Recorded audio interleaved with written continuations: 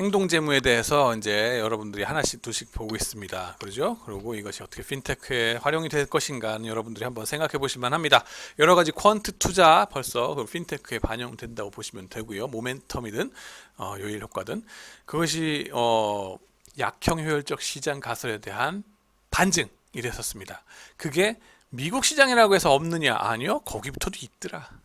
지금도 여전합니다. 그리고 준강형 효율적 시장 가설에 반하는 증거를 또 이제 보도록 하겠습니다. 자, 봅시다. 회사 특성 효과가 그 첫 번째가 되겠습니다.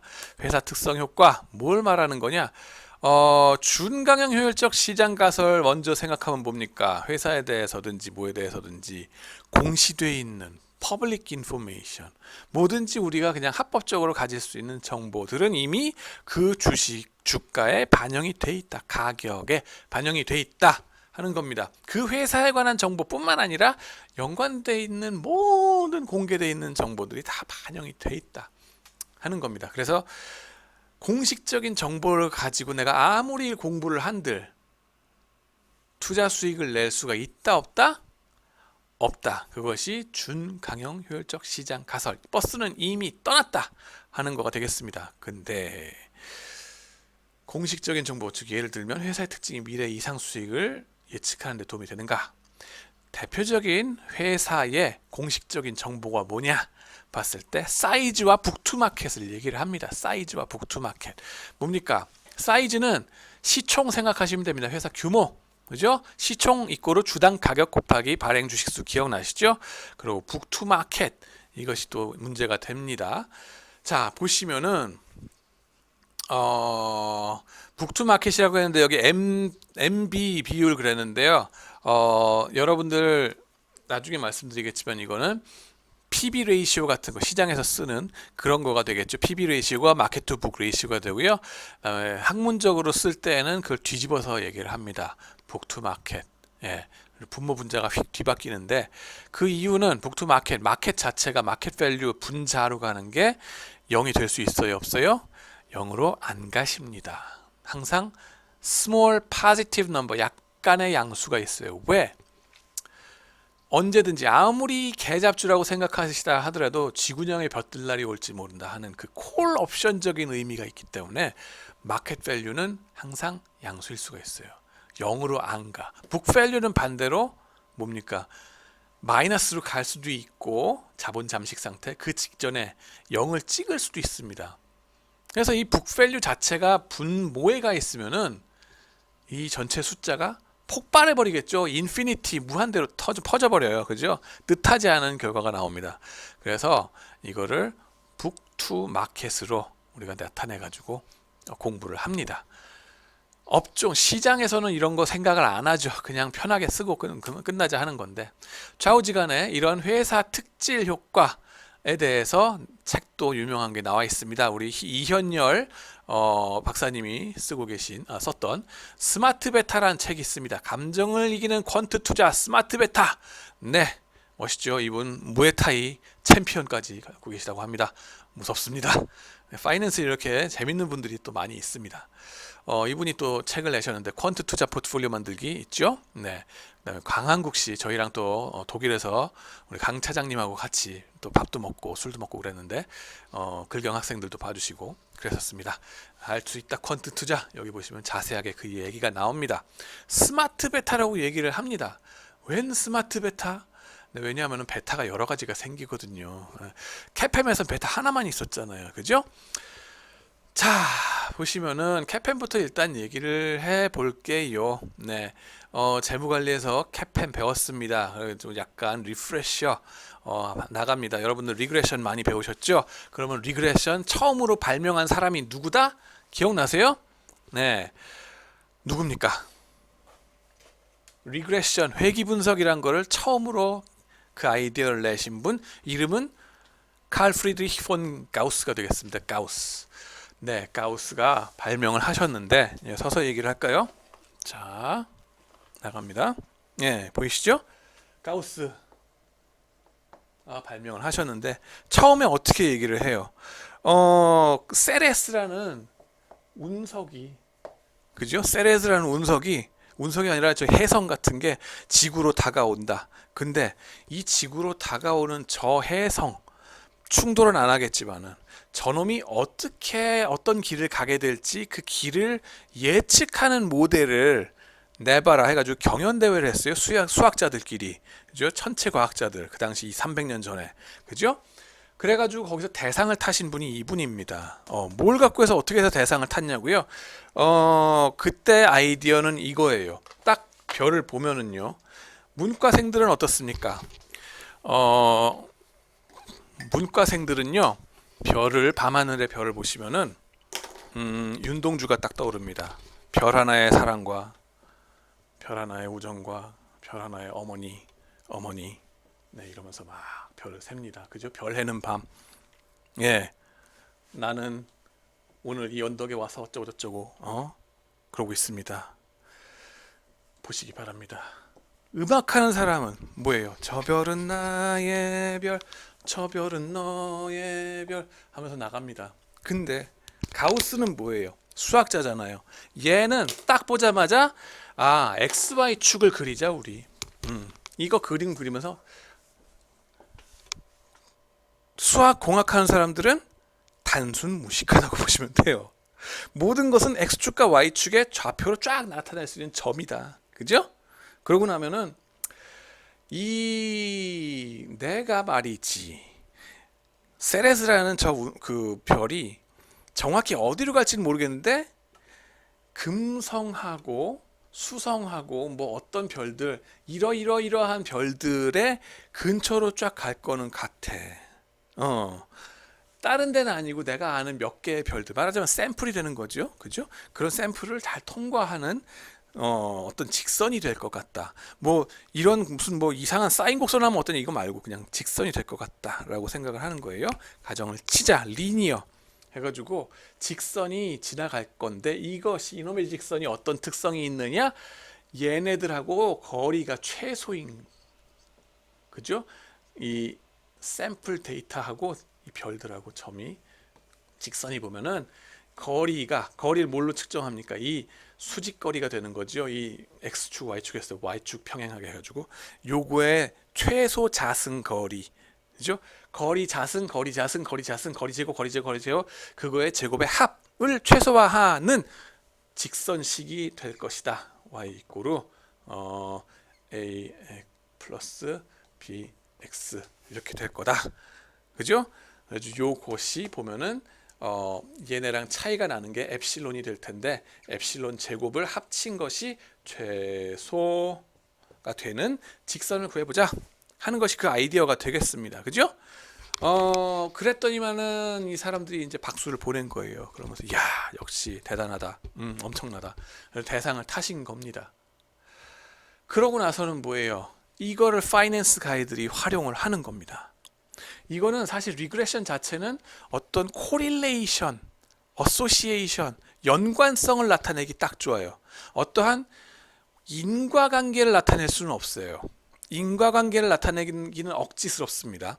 그러나 얘와 얘의 변수, x축, y축이라 그러는데 어떠한 변수들 간의 상관관계가 이런 식으로 있다 하는 걸 보여주기에 딱 좋더라는 거예요. 그러고 나면은요, 파이낸스 가이들은 그 상관관계를 가지고서 또 리스크 모델로 가져옵니다. 뭐냐 하면은 내 회사의 주식, 그죠? 내 주식 요거에 RI, 그죠? RI, 내가 관심 있는 회사의 주식의 리턴, 그죠? 프라이스 갖고 우리는 리그레션 안 합니다. 실수하지 마세요. 프라이스는 리그레션 대상이 아니다. 수익률이 리그레션 대상이다 라고 생각하시면 됩니다. 내가 관심 있어 하는 회사의 수익률, 이걸 예측하고 싶은데, 근데 이건 우리는 그거에 관심이 있다기보다는 사실은 뭐예요? 안전자산 수익률 대비, 그죠? 이 국고채 수익률 대비 얼만큼 내가 프리미엄을 가지는가 하는 거에 문제거든. 왜냐하면 리턴 자체는 리스크 프리 레이트 플러스 리스크 프리미엄의 얘기잖아요. 리스크 프리미엄. 그죠? 위험할수록 리스크 프리미엄 더 많이 매겨야 되겠죠? 그래가지고 리스크 프리미엄을 어떻게 이해할 건가에 대한 연구들이 그렇게 많거든요. 그죠?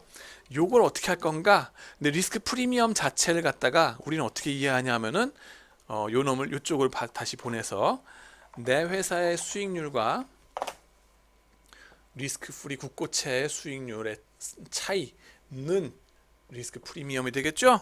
그죠? 근데 리스크 프리미엄 오브 I가 되는데 이거는 뭐예요? 요거를 갖다가 Y축에다 갖다 놓자는 거예요. Y축에다가 그러면 RI-RF 되겠죠? 그죠? 그 다음에는 요쪽에는 뭘 놓냐 하면은 시장 전체 코스피 수익률 빼기 국고채 수익률. 이건 뭐예요? 리스키한 자산들의 전체 평균적인 리스크 프리미엄, 평균 리스크 프리미엄, 마켓 리스크 프리미엄 그 개념이죠. 그죠? 마켓 리스크 프리미엄 RM-RF 이걸 가지고서 X축에 놓고 Y축은 내 회사 주식의 리스크 프리미엄을 놓고 프리미엄 대 프리미엄을 설명해 보자. 연관관계가 상관관계가 어떻게 되는가. 그러고 나면은 여기에 나오는 슬로프 보니까 이 기울기가 나오겠죠. 이거 뭐라 그래요? 베타 오브 I라고 얘기를 합니다. 그죠? 그래서 그것이 베타 오브 I가 들어가서 이렇게 있었던 거고요. 여러분들이 캐펜 모델이라고 해서 외웠던 거랑 이거랑 뭐가 차이가 있어요? 거의 다 똑같습니다. 딱 하나 다른 거는 리스크 프리 레이트가 요 왼쪽에 가서 처박혀 있다는 거죠. 등식의 왼쪽에 가서. 왜 왼쪽에 가서 지금 처박혀 있어요? 내 회사의 리스크 프리미엄을 보여주기 위해서 왼쪽에 가 있는 거예요. 그리고 얘는 베타로 이 마켓 리스크 프리미엄 하나로 다 설명한다. 이것이 캐팸이 되겠습니다. 사실 오리지널 캐팸이 이거예요. 그렇게 해가지고 리스크 프리미엄 어떤 종목이든 간에 리스크 프리미엄은 시장 리스크 프리미엄으로 한 방에 설명되고 입봉으로 끝난다 하고 끝나요. 그러고 나서 여기에 기울기가 나왔네요. 직선에. 그럼 Y절편은 어떻게 될까요? 입봉으로 끝낸다니까. 모든 주식을 수천 개 주식이건 뭐 원유건 뭐건 다 필요 없어. 입봉으로 끝내서 설명해 내면은 남는 게 없다. 건더기 남는 찌끄레기가 없다. 그래서 여기에 절편 자체를 알파라고 부르기는 하는데 알파는 수천 종목 놓고 보면은 대체로 0이다. 여기 0에 있다. 라는 것 같아요. 수천 종목 놓고 보면 평균적으로 알파는 0이 된다가 바로 캐팸이고 마켓이 에피션트 할 때 이렇게 됩니다. 이 모델로서 다 한 팩터로서 설명되고 끝난다. 입봉으로 끝나니까 멋있죠. 그래서 노벨상을 받은 겁니다. 그 다음엔 뭐예요? 플러스 엡실론 IT 뭐 이렇게 되는데 엡실론 이거는 그냥 설명 안 되는 부분들 평균적으로 뭐다? 얘는 애당초에 0으로 간다고 치는 거예요. 가우스가 그냥 창시한 리그레션 이론 자체가. 이거는 그냥 일단 무시하고 보자. 중요한 건 요 알파라는 거 조금 기억해 두세요. 좀 기억해 두세요. 좀 이따 얘기 또 나옵니다. 캐팸은 여기서 어떻게 나갑니까? 캐팸은 여기서 여러분들이 외셨던 공식, 그렇게 죽자고 외웠던 공식 이겁니다. 그냥 가서 RI 그대로 놓고 얘를 왼쪽으로 옮겨버리는 거예요. 등식에서. 그러고 나면 RP 요거 지울게요. 그러고 나면은 뭐가 돼요? 요거 이렇게 합시다. 이꼬르 등식 이렇게 되죠? 그러면서 얘랑 플러스 요렇게 하면은 그죠? 요걸로 해서 그래서 캐팸 모델로 끝납니다. 어차피 얘는 0이죠? 그죠? 이론적으로 0이 돼야 돼. 무시하면 돼. 그리고 얘만 남았어요. RF 플러스 베타 곱하기 RM-RF. 재무관리 시간에 배웠던 그거네요. 맞습니다.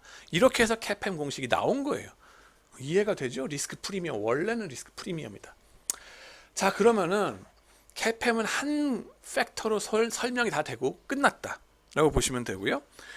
그 다음에는 마켓이 에피션트 하냐 아니냐를 갖고 테스트를 할 때, 그죠?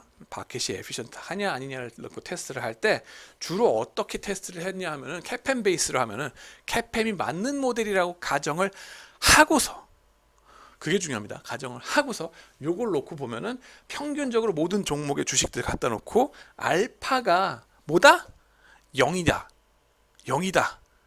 네? 이걸 테스트하는 거예요. 마켓이 에피션트하냐 아니냐. 왜 밸류랑 프라이스랑 같냐. 이걸 직접 테스트 안 하고 요걸 갖고서 얘기하냐면요. 요걸 갖고 얘기하냐면은 밸류 눈에 보여요 안 보여요? 안 보이잖아. 얘만 눈에 보이잖아. 과학적인 테스트가 되려면은 둘 다 눈에 보여야지 테스트가 다 가능하거든요. observable 하냐, 그죠? 안 되는데 눈에 안 보이는데 어떻게 과학적인 테스트를 해요, 그죠? 말이 안 되지. 그래서 이걸 마켓 에피션시 테스트 한다는 것 자체가 사실상 불가능한 짓이다. 대신에 여기는 뭐예요? 캐시플로우 이게 있으면은 R-G 있죠?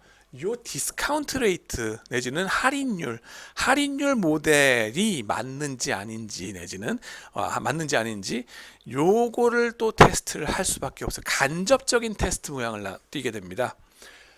왜요? 캐시플로우 이것도 눈에 보여요 안 보여요? 안 보입니다. 누가 그냥 예측만 한 것 뿐이에요. 그거 갖고 어떻게 테스트할 수가 없어. 맞았냐 틀렸냐. 요거 그로스 레이트 안 보이는 거에 그로스 레이트 그냥 우리가 소설 쓰는 거예요. 거의 말하자면은, 그죠? 이걸로 테스트할 수가 없어. 건드릴 수 있는 거는 할인율입니다. 할인율에 대한 모델은 지금 캐팸부터 시작해서 나왔거든. 그 캐팸이 맞다고 하면서, 그죠? 캐팸이 맞다고 가정을 하면은 마켓이 에피션트한 이상 알파는 제로일 거다. 그죠? 그 전제 하에 얘기예요. 그래가지고 알파가 제로인지 아닌지를 테스트를 합니다. 옛날에는 테스트했을 때 알파가 제로더라 하는 얘기를 했었어요. 네. 근데 테스트할 때에 따라서 또 알파가 아닌 경우들이 나오는 거예요. 이게 수천 종목 갖고 수십 년 동안 쪼르륵 기간별로 해가지고 보니까 아닌 경우들이 나오고 시츄에이션별로 또 다른 게 나오더란 거예요. 그게 이제 에피션시에 대한 도전이 되는 거죠. 시장이 정말 효율적이냐 아니냐에 대한 도전이 되는 거지. 그러고 나니까 뭐라 그래요? 시장 저거 뭐예요? 그 도전이 되는 것부터 얘기할게요. 도전이 되는 것부터 얘기를 하면은 요 팩터 자체 있죠. 요거 마켓 팩터 하나 갖고만 얘기했잖아. 이뽕으로 끝냈다 그랬잖아요. 한 팩터로 한 축으로 나머지 하나를 설명했다. 상관관계를. 근데 이게 2디멘션인 거 보이시죠? 2차원. 근데 조금 생각해 보시면 3차원도 가능하겠죠. 그죠? 3차원 어떡합니까? X축, Y축 있으면은 Z축을 하나 또 상정할 수 있겠죠. 이거 보라색 똑같이 하면 안 되겠다. 주황색으로 갈게요. 주황색으로 해서 여기 뭐 축 하나 더 쫙 그어 버릴까요? 그죠? 이런 식으로 하면은 X축, Y축, Z축 이런 식으로 쭉 생각할 수 있겠죠? 그러면은 팩터 하나로만 설명하는 게 아니라 팩터 두 개로 설명할 수 있겠죠? 여기에 말하자면 뭐 사이즈 같은 걸 집어넣는 거예요. 작은 회사 마이너스 큰 회사 리턴을 R of S 마이너스 리턴 of big SMB라고 얘기합니다. 스몰 마이너스 빅. 스몰 나게 안 보이시나요? 스몰 마이너스 빅. 그죠? 예, 스몰 마이너스 빅. 그러면서 이게 한 축이 되면서 베타를 하나 더 갖다 붙이는 거죠. 여기 SMB. 네, 스몰 마이너스 빅의 베타. 처음에 거 베타 그대로 둡니다. 이건 마켓 베타. 캐펜 베타 그대로 캐펜 베타 그대로는 아니지만 마켓 베타라고 얘기를 합니다. 그리고 하나 팩터를 더 더하면서 그 팩터에 대한 베타.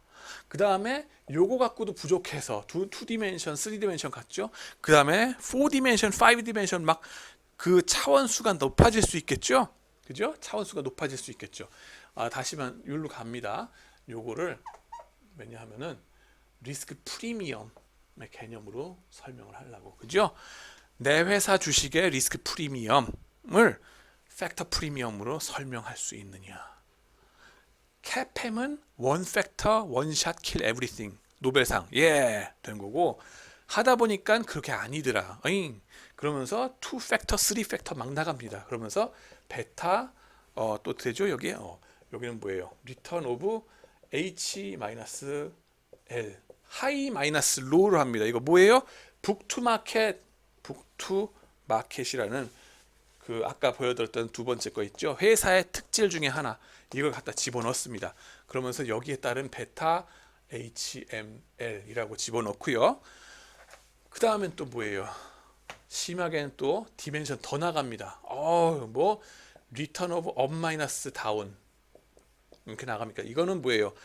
모멘텀이죠. 잘 나가던 업하던 애들 거 마이너스 다운하던 거 애들 거 하면은 모멘텀이 이걸로써 설명이 된다 하는 거죠.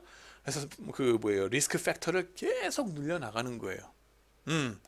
이게 지금 이제 파마 프렌치 3팩터 모델 나가고, 그 다음에는 카하트 4팩터 혹은 이런 식으로 4팩터, 5팩터 막 나갑니다. 여기서 팩터들의 중요한 거는 또 뭐예요? 보시면은 뭐 마이너스 뭐가 됩니다. 마켓 마이너스 리스크 프리 레이트, 그렇죠? 국고채 안전자산 대비 시장 평균 수익률. 이건 뭐 대비? 큰 회사 대비 작은 회사의 수익률. 이런 것들을 갖다가 팩터라고 집어넣는 거예요. 근데 이걸 집어넣으면서 얘기하면은 자연스럽지 않나요? 사실은 그렇게 자연스러운 것이 아니더라 하는 거예요. 사실은 이 사이즈 같은 것들이 영향을 주더라 하는 거거든. 바이 더 웨이 이게 3차원 지나서 4차원, 5차원 가면 눈에 안 보이는 거죠. 그러면서 이제 하이퍼 플레인 막 이렇게 얘기가 나가게 됩니다. 그렇게 하는데 중요한 건 뭐냐? 항상 이런 팩터들을 가지고서 테스트를 했을 때에 3차원 하면은 3차원 했을 때 뭐예요? 직선으로 끝나는 게 아니라 어떠한 평면으로 쫙 생기게 됩니다. 평균면이 되는데 중요한 거는 Y절편 있죠. Y절편. 절편은 평균적으로 뭐가 된다? 시장이 효율적이라 그러면은 절편은 항상 0이다. 두 개 팩터로 설명되고 끝난다. 깔끔하게. 멋있지? 막 이러는 거예요. 에피션트 마켓. 인에피션트 마켓이면 알파가 0이 아니다. 이런 식으로 되고. 그죠? 3팩터 이거 들어가면은 북투 마켓 팩터 갖다 놓고서 설명해서 알파는 제로다 이렇게 됩니다. 모든 리스크 프리미엄은 이런 팩터 같은 걸로 설명되고 끝난다 라고 하는 것이 일종의 팩터 모델이라고 우리는 얘기를 합니다. 그러면서 그 팩터들 들어가면서 리그레션 해서 나타내게 되니까는 그것마다 기울기가 나타나죠. 이 베타들이 자꾸 출현하시네요. 이거를 우리 뭐라고 부를까? 스마트 베타라고 그냥 스트리트에서 써버리는 겁니다. 은행들에서. 그죠? 헤지펀드들에서. 네, 그렇게 이해하시면 되겠습니다. 그렇게 해서 이러한 팩터 모델들 나오면서 스마트 베타란 것이 유행이 됐다. 되고 있다. 지금까지. 이것이 또 퀀티테이티브 트레이딩의 기초가 된다 하는 것입니다. 이거 할 때 보시면은 설명 안 되는 부분 절편이죠. 알파라고 부르자. 평균적으로 알파는 제로, 시장은 효율적이다라고 테스트를 해버릇해 왔습니다. 그러고 네, 이런 형식의 모습이 됩니다. 보시면은 RIT-RF 이거는 이꼬루 해가지고 베타 하나 시장 모델로 해가지고 알파가 또 플러스 절편이 있냐 없냐 이런 게 되는데, 그죠? 이런 식으로 보시면 되겠습니다. 계속적인 발견은 가면 갈수록 나오는 발견은 이 알파가 제로가 아니더라 하는 얘기가 나오게 됩니다. 그러면서 뭐래요? 그러면은 비헤이비어럴 파이낸스 가이드는 뭐라 그러냐면은 이거는 미스 프라이싱이다 라고 얘기를 합니다. EMH 개나 주라 그래 막 그럽니다. 이거 뭔가 모델로서 설명 불가능한 거 불가능하다고 인정하자 우리. 이렇게 얘기를 하고요. 네오클래시컬 파이낸스 가이드 시카고, 미네소타, 카네기 멜론 이쪽에 계신 분들 어떻게 해요? 기존의 수익률 모델이 조악해서 그래. 캡햄 우리들 뭐 MBA 시간에 열심히 배웠지만 사실 그거 불안전한 모델이야. 할아버지 모델 캐캐 묵었어요. 그거 언제 갖고서 쓰려고. 그게 불안전하니까 계속 알파가 뭔가 나오는 것 같지만 사실은 우리가 발견하지 못한 눈에 안 보였던 새로운 리스크 팩터를 우리가 찾은 것뿐이지 않겠니? 라고 계속 넘어가시는 거예요. 그래서 점점 더 세련된 모델을 쓰면은 이 리스크 팩터를 우리가 더 잡을 수 있고, 그걸 좀 더 연구해 보면 경제학적인 이유가 뭔가 있을 거야. 그러면서 계속 이제 변명을 하십니다. 그러면서 리스크 팩터로서 이름을 짓게 되고요. 알파 이꼴 0이라고 입증하게 될 거야라고 계속 싸우십니다. 자, 그래가지고 보시면은 멀티 팩터 모델 이런 식으로 요인들에 대해서 요인들이 여러 가지가 쭉 발견이 된다. 헤지펀드에서는 이런 요인들을 한 9개, 10개, 20개까지도 팩터들을 자꾸 이제 추적해내고 막 그런다고 합니다. 퀀트 여러분들이 생각하시는 그 투자자들 있잖아요. 퀀트 투자자들. AI로 해서 무슨 퀀트가 트레이딩을 어떻게 하면 될까? 이거 갖고 짱구 굴리는 거다라고 보시면 돼요. 상당한 부분은. 우리가 보는 이상 효과들이 사실은 경제 수학적으로 설명 가능한 어떤 위험 요인들로 다 설명되고야 말 것이다 라고 얘기를 합니다. 라는 종교적인 믿음까지 간다고 보시면 돼요. 이건 거의 근본주의적인 사람들까지 있습니다. 이것이 바로 신고전파 경제학자들의 EMH가 되겠다. 행동제목에서 뭐라 그래요? 수학적 합리성으로 다 설명된다고요? 됐거든요. 우리 안 되면 안 된다고 쿨하게 인정합시다 좀. 이런 식으로 이제 얘기를 합니다. 자, 이제 사이즈 효과가 이제 쭉 나오고요. 소형주가 대형주보다 수익률이 높다고 하는 거 빤스라는 분이 이제 발견하셨습니다. 네, 81년이 되겠고요. 캐팸의 마켓 베타가 같아도 이런 사이즈에 따라서 이렇게 다른 게 있더라 하는 걸 보여줍니다. 그랬더니 파마 프렌치에서 뭐라 그래요? 이거는 어떤 이코노믹 팩터가 아닐까라고 얘기를 해버립니다. 그러면서 이것이 1월달 효과와도 사실은 또 상당히 효과가 연관이 깊더라 하는 것도 얘기를 하고요. 1월이 아닐 때는 사이즈 효과가 좀 적더라 하는 거. 소형주가 아닌 주식에서도 주식에서 1월 효과가 좀 적더라 하는 거. 논란이 좀 있는 건데요. 이거는 과연 정말로 준강형 EMH에 대한 반증이라고 할 수 있는가 하는 논란은 항상 있습니다. 리스크다라고 경제학자들은 얘기를 하고요. 비헤비어럴 파이낸스들은 미스프라이싱이다라고 주장을 합니다. 우리는. 네, 그 다음에는 이제 북투마켓 효과 아까 말씀드린 대로 나갑니다. 사이즈뿐만 아니라 북투마켓 이게 둘 다 눈에 보이는 공시된 정보죠. 어떤 회사든 간에 그 수천 종목을 놓고서 이게 공시가 짠 되는 순간 모든 이거에 관련된 예측이라든가 이런 것이 가격에 반영이 돼서 실시간 반영이 돼서 더 이상 그거 갖고서는 어떤 수익률을 예측할 수가 없어야 되는데 있더라는 거예요. 있더라는 거예요. 북투마켓 효과 시총 대비 장부가액이 높은 회사는 기대 수익률이 높더라. 시총 대비 장부가액. 거꾸로 말하면 뭐예요? 장부가액 대비 시총이 낮은 회사. 그거는 기대 수익률이 높더라. 이러면 훨씬 더 와닿나요? 장부가액 대비 시총이 낮은 회사. 우린 뭐라 그럽니까? 그런 주식을. 가치주라고 얘기를 합니다. Value Investment. 말하자면은 워런 버핏 같은 투자자. 그죠? 그 사람들의 아이디어라고 보시면 돼요. 그러면은 장차로 수익률들이 높더라. 장부가액 대비 시총이 너무 낮아. 왜 이렇게 저평가돼 있지? 이상하네. 하고서 산다는 겁니다. 자, 북투마켓은 PB의 역수가 된다라는 거 말씀드렸고, 북투마켓은 시장 베타나 사이즈하고 상관없는 변수더라, 독립적이더라, 선형적으로 이런 얘기들을 합니다. 파마 프렌치가 92년도 논문에서 이렇게 쫙 자명하게 보여주십니다. 가치 투자라는 것의 개념의 근본이 되겠다 하는 거고요. 경제적 펀디멘탈에 비해서 시총이 낮은 기업들을 차서 장기 보유한다 하는 건데, 이거 효율적 시장 가설에는 사실 들어맞지 않았다 하는 거 예전 그 말씀드렸었죠. 이런 거 나만 보고 나만 깨닫는 게 아니라 모두 다 똑같이 딱 보고서 모두 다 똑같이 correctly 이게 프리딕트 하다 보면은 실시간으로 이런 건 벌써 반영이 될 텐데, 그래가지고 어떤 미래 수익률을 예측할 수 없이 바로 그냥 실시간 반영이 됐을 텐데 그렇지 않더라 하는 겁니다. 그러고 나면은 사이즈 효과와 같은 류의 논쟁이 계속 또 벌어집니다. 이것이 리스크냐 미스프라이싱이냐 계속 얘기를 하는데, 이걸 어떻게 효과를 해석할 거냐. 북투마켓은 사실 디비던드 투 프라이스 같은 그 비율이라든가 earnings to price, 이 PE 레이시오의 역수죠. 또는 cash flow to price 이런 등의 것들의 변수들과 유사합니다. 네, 그래서 그러므로 북투마켓은 미스프라이싱에 대한 코렉션이라고 할 수 있습니다. 단지 위험 조정 수익률이 높은 것뿐이라고도 말할 수 있습니다. 그리고 이것이 테스트를 하려고 그러면은 조인트 하이포테시스 프로블럼이 뚜렷하다 하는 건데요. 조인트 하이포테시스 프로블럼, 이게 뭔 소리냐면요, 시장이 효율적이다 아니다 하는 거를 테스트하기 위해서는 이걸 한 방에 완벽하게 테스트할 방법이 없다는 거예요. 아까 말씀드렸던 그 얘기입니다. 말씀드렸듯이 이 시장이 효율적이냐 아니냐 하는 테스트는 요 물음표에 대한 거라 그랬죠. 프라이스와 밸류 같으냐 다르냐. 근데 이걸 바로 테스트할 수 없는 이유는 얘를 관찰할 수가 없기 때문에, 그죠?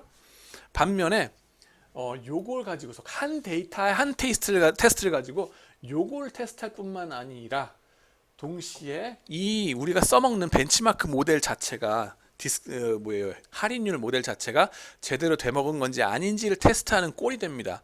그러면 이게 테스트가 되는 건지 저게 테스트가 되는 건지 항상 숨바꼭질할 여지가 있다는 거죠. 이게 이 꼴이 아닌 게벼. 그러고 나면은 저쪽에서 뭐라 그래? 이건 여전히 이 꼴한데 사실 요 놈이 잘못된 걸 거요. 요거. 네가 쓴 벤치마크 모델이 한계가 있어요. 그래서 계속 숨바꼭질을 할 수 있는 여지를 남겨둘 수밖에 없다 하는 것이 바로 조인트 하이포테시스 프로블럼의 문제가 되겠습니다. 그런 여지들이 많이 있다. 그죠?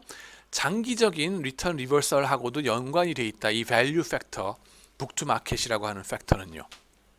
그래서 한 종목이 어떻게 하면 하이 북투 마켓 종목이 되는가 생각해 보면은 오랫동안 낮은 수익률을 보이고 나면은 그렇게 되죠. 계속 꼬라박고 있으면은. 근데 그런 아까 말했던 롱런 리버설 내지는 오버리액션 주식하고 같이 가는 거 아니에요? 라는 얘기도 되겠습니다. 리턴 리버설 하고도 같이 간다라고 보시면 됩니다. 스마트 베타 보시면요. 퀀트 투자 그죠? 이거랑 같이 갑니다. 그죠? 이걸 갖다가 사이즈 북투마켓 뭐 이런 모멘텀 팩터들 다 설명하는데 월스트리트에서 설명하기 좀 귀찮으니까는 됐어 스마트 베타라고 부르자. 우리 베타가 또 있었어. 이런 식이라고 생각합니다. 그래서 행동 재무하고 신고 전파 간에 계속 숨바꼭질 중이다 하는 거를 말씀드리고요. 그 다음엔 뭐예요? 앞으로 말씀 또 드릴 건 뭐냐면은 뉴스와 노 뉴스에 대한 주가 반응이 되겠습니다. 이거 진짜 재밌는 건데요. 뭐냐면은 뉴스라 그랬어요. 우리가 생각하는 미디어 뉴스 있죠. 이거는 진짜 우리가 학문적으로 말하는 뉴스가 아니야. 우리가 스트릭틀리 그 얘기하는 뉴스는 초장에 발표한 그 공시 정보가 되겠습니다. 그것이 뉴스입니다. 말하자면 우리는 금감원 웹사이트에 처음 회사가 딱 그걸 올리죠. 업로드하죠. 새 소식을. 그거는 만인에게 공평하게 쫙 공개가 되잖아요. 그걸 해야 돼요. 미국도 SEC 증권감독원에다가 이거를 공시하는 정보를 업로드를 해야 됩니다. 그 과정이 최초 공시예요. 그것이 바로 뉴스가 되고요. 그 다음에 우리가 무슨 매일경제신문에 나오시고 어쩌고 하는 거, 그죠? 그 다음에 CNBC의 뉴스에 나오고 어쩌고 하는 거는 그런 뉴스가 아니에요. 사실은 노뉴스예요. 이거 받아들이시기 힘들죠. 뭐요? 내가 평생도록 지금까지 봤던 뉴스 빰빰빰빰 해가지고 9시 뉴스에서 봤던 그것이 뉴스 아니었어요? 아니란 얘기입니다. 그거는 재탕 뉴스예요. 진짜 뉴스는 실시간으로 최초 공시하는 그것이 뉴스고 우리가 보는 미디어 뉴스는 재탕 뉴스다. 그거 깨닫는데 시간 진짜 오래 걸렸습니다. 근데 그거에 대한 주가 반응들이 희한하더라는 거예요. 초장에 질르죠. 원래 공시하는 그 뉴스의 모든 주가 반응은 일어났어야 된다. 그리고 재탕 뉴스에는 반응이 없어야 된다. 효율적이라고 하면, 시장 효율적이라고 하면. 그런데 그게 그렇지가 않더라. 최초 공시회 때 제대로 반응 제대로 못하고 지연 반응이 좀 있고, 그 다음에는 미디어 타고서 확 했을 때 오버리액션 너무 신나가지고 막 난리더라. 그런 것들이 발견되는 겁니다. 그러고 나면 뭐예요? 정보 자체보다도 정보에 쏟는 어텐션 내지는 관심도, 이것이 주가에 지대한 영향을 미치더라 하는 거예요.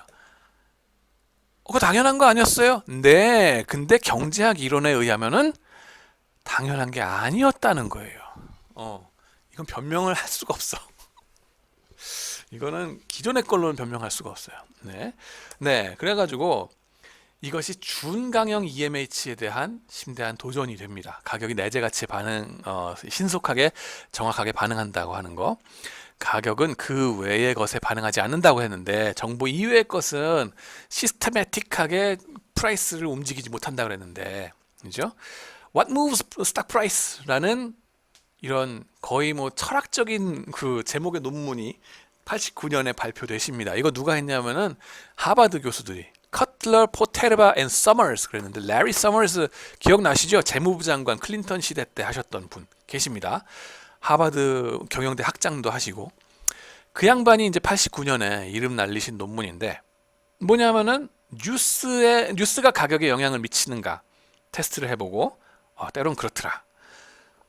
두 번째로 더 중요한 걸 얘기합니다. 가격이 뉴스 없이도 움직이나 하는데 그렇더라 하는 걸 보입니다. 그게 아니더라가 아니라. 그래서 시카고 분들이 화가 나실 수밖에 없겠죠. 네, 하버드에서 도전을 합니다. 그래가지고 정보만이 주가를 움직인다는 말이 정말인지 테스트를 하는데요. 굵직굵직한 거시경제적 국제 정치적 뉴스가 주가를 움직이더라 하는 거 먼저 보여줍니다. 하지만은 그런 뉴스에 반응하는 정도는 상대적으로 이 움직이는 규모가 작더라.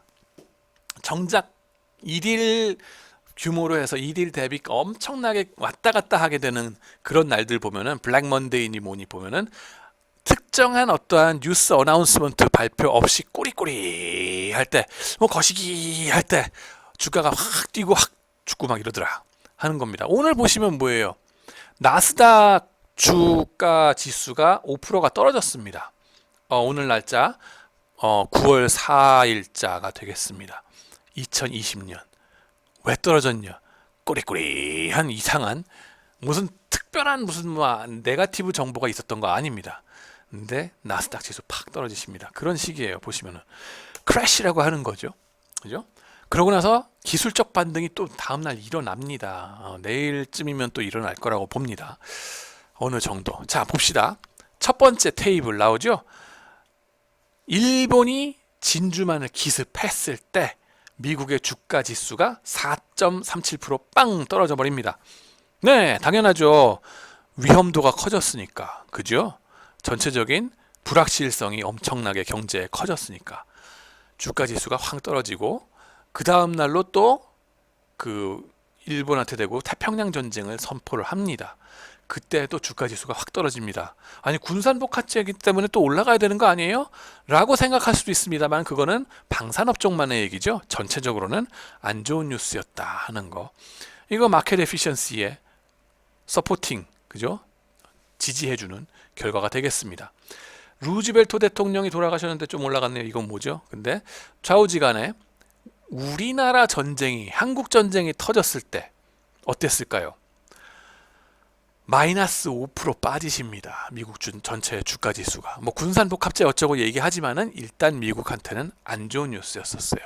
확 떨어집니다. 동맹국이란 게 이런 거죠. 말하자면. 네, 그렇습니다. 그러고 아이젠하워가 하드어택 갑자기 하시고 심장마비 가셨을 때 마이너스 6.6%. 그쵸? 이 지도자가 쓰러지시는 게 얼마나 큰 언설턴티입니까? 그죠? 당연히 주가가 떨어질 수밖에요.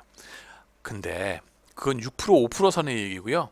진짜로 많이 떨어졌던 거 언제냐? 보시면은 블랙 먼데이 그때인가요? 그죠?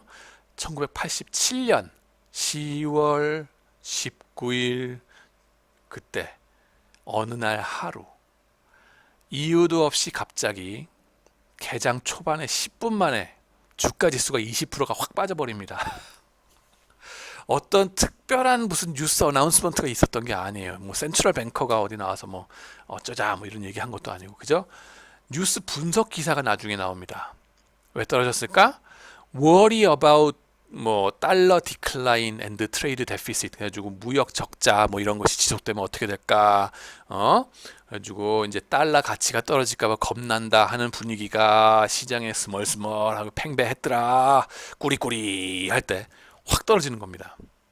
이거 정보가 아닌데 센치멘트거든요. 이거 말하자면은 확 떨어집니다. 그거에 대해서 어떻게 문제가 됐는가 이런 것들 그죠? 사실 센치멘트뿐만 아니라 이때 더 분석을 해보니까 포트폴리오 인슈어런스라는 거 그런 퀀티테이티브 트레이딩 스킴이 잘못 돌아가가지고 톱니바퀴 잘못 엮여 들어가서 이것이 서로 셀링을 계속 악순환 시켜버렸다 하는 분석들도 있기는 합니다. 그렇지만 그거 역시 뭡니까? 펀디멘탈을 반영하는 거예요? 못 반영하는 거죠? 그것도 20%씩이나 확 떨어져 버립니다. 이런 크래시가 나타나고 그 다음날 기술적 반등 확 일어나고 그 다음 날인가요? 그죠? 그 다음에는 또 다시 또 푹 떨어지고 이런 것들이 매그니튜드를 보시면 그 경제적인 이 임팩트 퍼센티지로 보면은 아까 뉴스로 인해서 왔다 갔다 할 때보다 4배 정도는 큽니다. 물론 이 숫자가 이제는 코로나 바이러스를 지나고 계시는 우리들 세대에서는 뭐 늘 있던 일 같죠? 지난 3월 달 생각해 보시면 그 다음에 지금 9월 달 지나가면서 10월 달 갑니다. 버블입니까? 아닙니까? 앞으로 크래시가 터질까요? 말까요? 상당히 그거에 대해서 많은 사람들이 물어보고 서로 간에 지금 아규가 많습니다. 그죠? 어떻게 될까요? 저는 모르겠습니다. 그걸 알 것 같으면 여의도에서 살고 있었겠죠? 그렇지만 하여튼 간에 크래시가 터지면은 이런 식으로 터진다. 어떤 뚜렷한 뉴스 없이 꾸리꾸리 할 때 팍 떨어집니다.